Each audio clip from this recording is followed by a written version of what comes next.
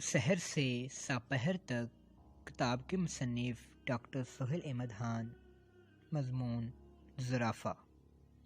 اس افسانے میں ایک شریف انسان کا کردار دیا گیا ہے جس کے اندر احساسات، محسوسات اور جذبات ہیں، مگر کوئی اس کا درد محسوس نہیں کر سکتا۔ اسے انسانوں سے شکوہ ہے مگر خود وہ دوسرے انسانوں سے بہتر کام کرتا ہے۔ خدا ہر کسی کو شرافت دے مگر سادگی کسی دشمن کے بچے کو بھی نہیں۔ امجد کسی کے بھی دشمن کا بیٹا نہیں تھا مگر حد سے زیادہ شریف ہونے کے ساتھ ساتھ سادہ بھی تھا۔ اس میں حالات کا بھی کوئی عمل دخل ہوگا مگر وہ تو پیدائشی ہی سادہ تھا۔ وہ اتنا کمزور تھا کہ جب تیز ہوا کا کوئی جھونکا اس سے ٹکراتا تو ایسا لگتا جیسے اس کا گردن سے اوپر والا حصہ ٹوٹنے لگا ہے۔ لمبے قد کی وجہ سے وہ اور بھی کمزور لگتا تھا۔ امجد کی گردن اونٹ کی طرح لمبی، اس کی ٹانگیں 12 سنگے کی ٹانگوں کی طرح کمزور۔ جب وہ چلتا تو ایسے لگتا جیسے کوئی بگلا بنا پروں کے اڑ رہا ہو۔ امجد کو ورثے میں نہ طاقت ملی، نہ دولت اور نہ شہرت۔ اسے ورثے میں صرف گنجا پن ملا تھا۔ دبلے پتلے قد کے اوپر اس کا سر ایسے لگتا جیسے کسی بانس کے ڈنڈے پر گیند رکھتی ہو۔ اس کی پتلی کمر میں جادو تھا اور آنکھوں میں افسردگی، مایوسیاں اور جھجک سے لگتی تھی۔ وہ بہت کم بولا کرتا، نفاست کم لوگوں نے اسے بولتے دیکھا تھا۔ مختصراً وہ درجہ بالا خصوصیات کی وجہ سے عام انسانوں سے اتنا منفرد تھا جتنا جانوروں میں زرافہ۔ امجد شریف بھی تھا، ذمہ دار بھی، حساس بھی اور پڑھاکو بھی۔ اس کی پڑھائی میں اس کے والدین نے صرف اتنا تعاون کیا تھا کہ اسے صرف قاعدے میں اسکول کے اندر داخل کروایا تھا۔ اسے کبھی کسی نے پڑھائی کے فوائد نہیں بتائے اور نہ ہی کبھی کسی نے پڑھنے کے لیے کہا تھا، مگر پھر بھی وہ خود بخود اسکول آتا جاتا۔ ہر مہینے کے آخر میں وہ ہر روز فیس ادا نہ کرنے کی وجہ سے کلاس میں کھڑا کر دیا جاتا۔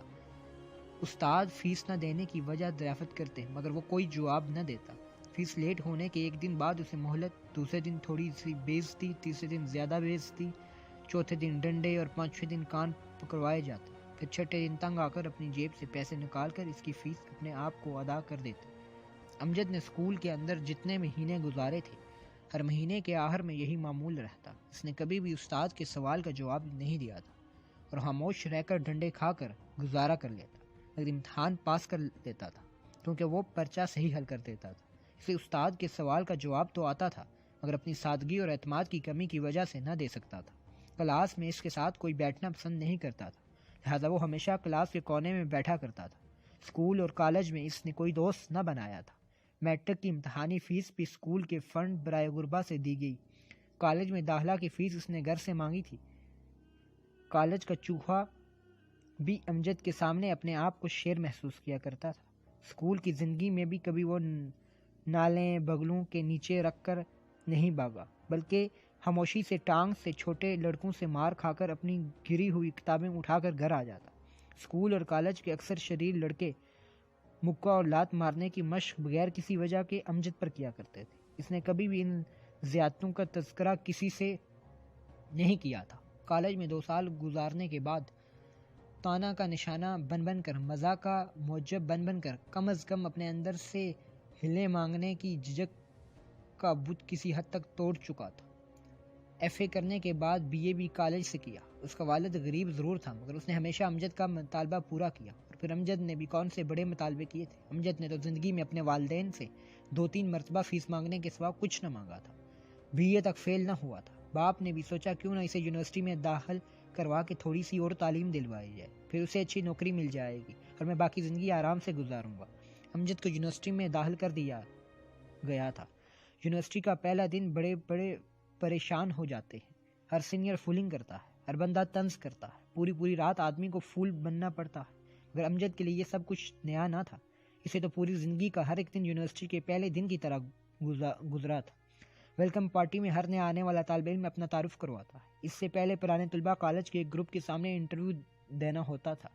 اسٹیج پر کھڑے ہو کر پارٹی میں جب امجد کا نام پکارا گیا تو وہ اسٹیج پر نہیں گیا، اسے گھسیٹ کر اسٹیج تک لایا گیا۔ طلباء سے بھرپور حال کہہ کے مار مار کر ہنس رہا تھا اور امجد پر طنزیہ و مزاحیہ فکرے کس رہا تھا۔ امجد سٹیج پر کھڑا کیا گیا. اس کی ٹانگیں ایسے کانپ رہی تھی جیسے ان میں سے کرنٹ لگایا گیا ہو. سوال شروع ہوئے. گانے کی فرمائش ہوئی. میں امجد خاموش. مجھ سے کسی نے بدھو کہا, کسی نے زرافہ اور کسی نے اونٹ. امجد کی ٹانگیں مزید تیزی سے کانپنے لگی. شعر سنانے کی فرمائش پر بھی امجد اور مجمع کا وہی رد عمل تھا جو گانے کی فرمائش کے بعد تھا. پھر سوال ہوا, پہلا کلمہ سناؤ. وہی رد عمل. پورا مجمع ہنس بھی رہا تھا. کسی نے کہا کسی جنگل سے زرافہ پکڑ کر لایا. ہر سوال کا جواب امجد کے پاس تھا, مگر اتنی ہمت نہ تھی کہ وہ بولے. اس نے تو کبھی اپنے استاد کو بھی جواب نہیں دیا. تاہم ہر سوال کا جواب خاموشی اور کپی تھی. اور ہر سوال کے بعد پورا مجمع بیک وقت ہنستا اور پھر طنزیہ فکروں کا ایک چٹھا امجد کے اوپر لگتا. عام ٹیکنیکیں اور تمام طریقے استعمال کیے گئے, مگر امجد نہ بولا. آخر میں سٹیج پر ایک تھالی لائی گئی. تھالی میں آٹا تھا.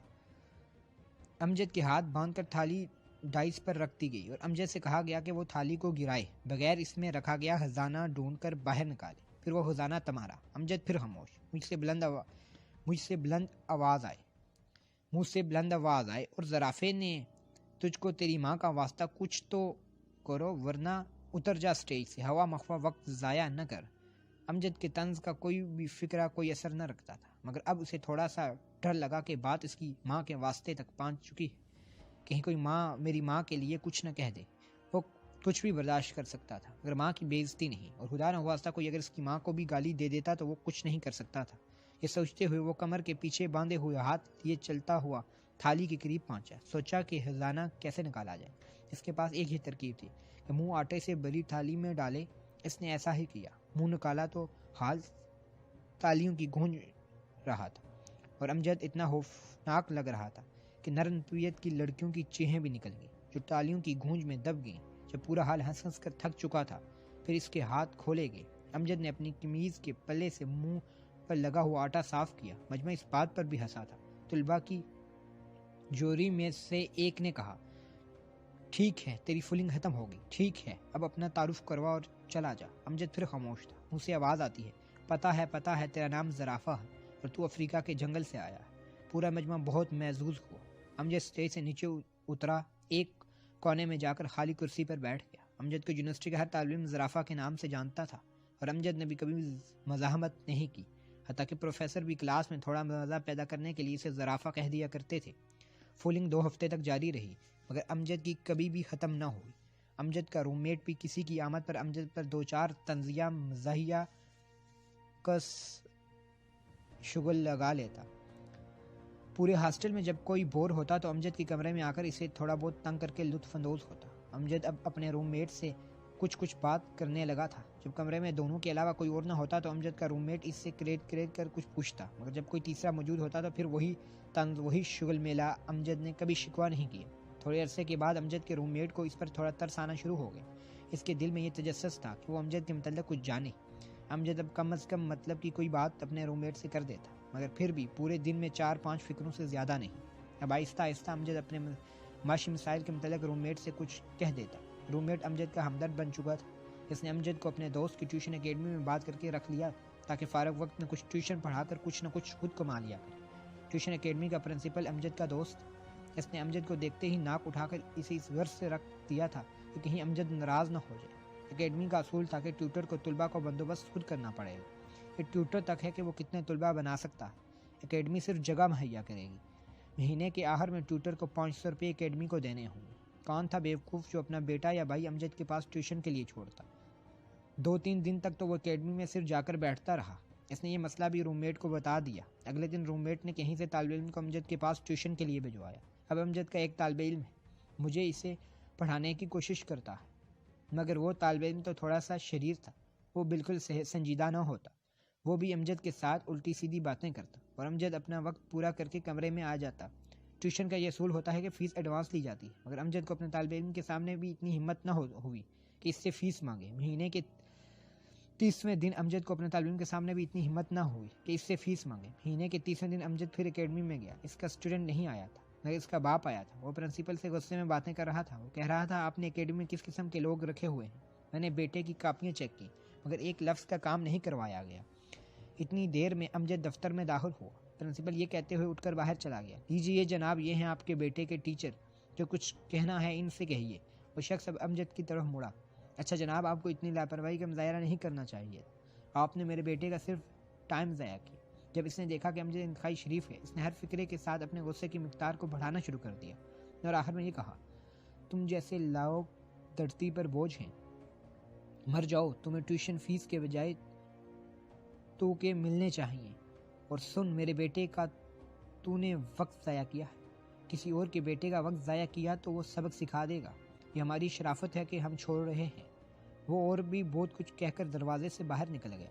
پھر پرنسپل اندر داخل ہوا اور بولا، وہ دیکھ امجد، تیرا مہینہ پورا ہو گیا، ہمارے 500 دے اور خدا کے واسطے آئندہ بعد اس اکیڈمی کے منہ بھی نہ لگنا، تمہاری وجہ سے ہماری بھی بے عزتی ہوئی ہے، خدارا ہماری جان چھوڑ دو۔ امجد کو تو اپنے اسٹوڈنٹ کے بھی 100 روپے نہیں ملے تھے۔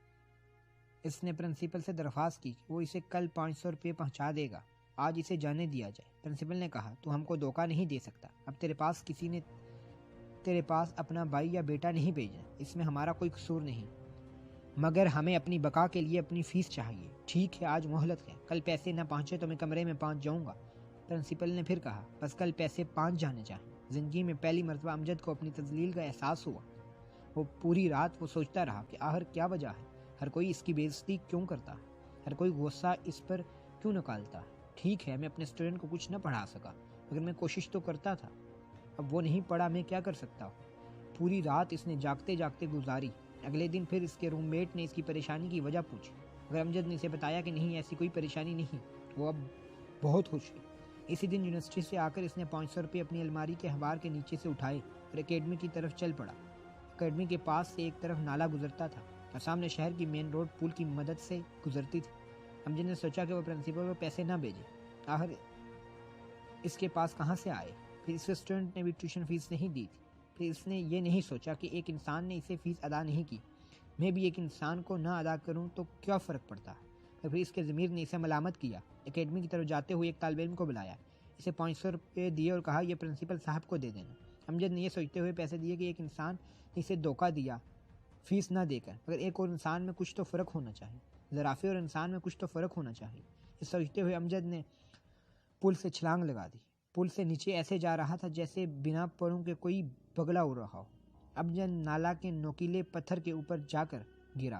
کسی نے اسے چھلانگ لگاتے ہوئے نہیں دیکھا تھا، اس کی ناش دیکھ کر بھی کسی کو دکھ نہیں ہوا تھا۔ انسان کو زرافے کی موت پر رنج کیوں ہوتا؟